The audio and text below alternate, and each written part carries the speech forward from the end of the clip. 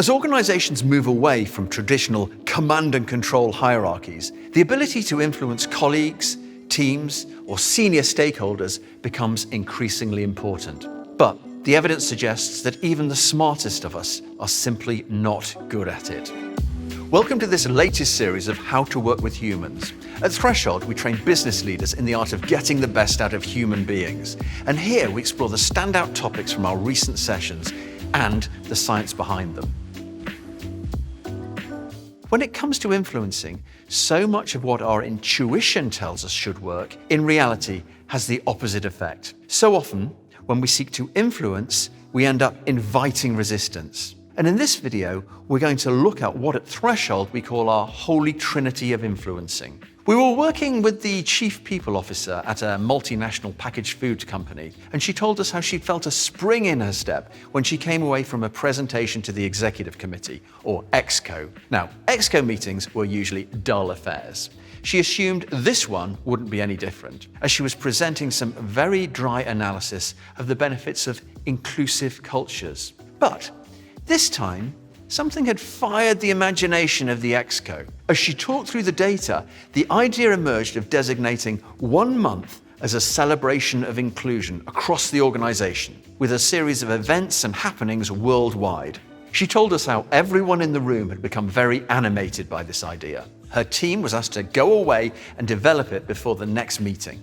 They went away and gathered all of the relevant data and practical information. They produced beautiful graphics and mood boards. When we caught up with her, she couldn't hide how deflated she was.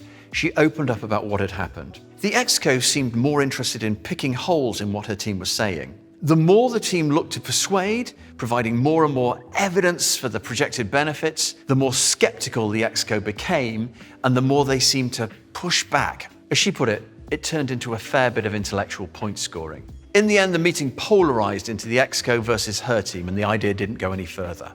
How could there be such a contrast between the two meetings? Well, if we explore the social psychology at work here, what happened wasn't so surprising. The first meeting was collaborative, a group of people in a room together with a sense of rapport, around the same side of the table, exploring an idea and building on it. The second meeting was more about two distinct groups, with one seeking to persuade the other based on the evidence. If someone puts to us what seems like a one-sided argument, our minds instinctively seek to fill in the parts of the picture that we sense is missing, i.e. the other side of the argument. After all, if this person is trying so hard to convince me, it follows that there must be a strong argument on the other side. And the harder the person is trying, the stronger the counter-arguments would appear to be. Otherwise, why put in so much effort? This is the phenomenon that social psychologists call counter-arguing, or the backfire effect. When the team met resistance from the EXCO, they pushed their idea harder. This was their mistake.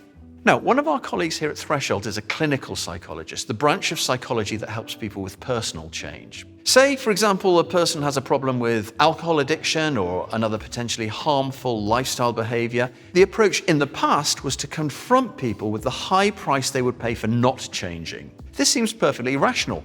If you want people to change, show them the incentive to change. The research showed that too often this had the opposite effect. When confronted with arguments that make the compelling case for change, too often people dig in their heels. Clinical psychology had to wake up to the fact that a very different approach was needed if lives were to be saved.